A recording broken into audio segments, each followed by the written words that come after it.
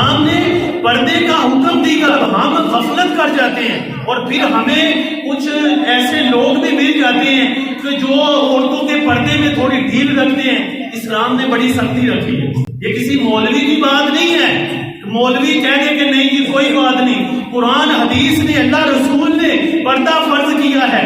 کسی غیر محرم سے حضرت فاطمہ تو فرما رہی ہے دیکھے نا تو ان کے ساتھ رہنا سہنا کیسا اچھا۔ تو عورت کا استاد اس کے محرم ہی ہے، اس کا شوہر ہی ہے، اس کا حقیقی دوست اس کا باپ ہے، اس کا بھائی ہے، اس کا چاچا ماما، اس کا بیٹا، اس کا شوہر ہے۔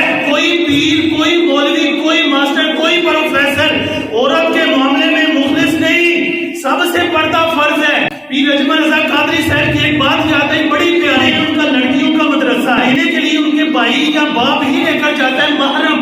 ایک دن انہوں نے کزن کو بھیج دیا تو وہ کہتے ہیں کہ اس کزن کو ہم نے کہا ہم نہیں بھیجیں گے، شریعت منع کرتی ہے، اور ہمارا یہی قانون ہے کہ محرم کے ساتھ ہی جائے گی ورنہ ادھر ہی رہے گی۔ تو ادھر سے اس گھر والے نے فون کیا کہ اس کو بھیج دو، ہمیں اعتبار ہے، ہمیں اعتبار ہے۔ تو پیر صاحب فرماتے ہیں کہ کیا اللہ رسول کو اعتبار نہیں تھا؟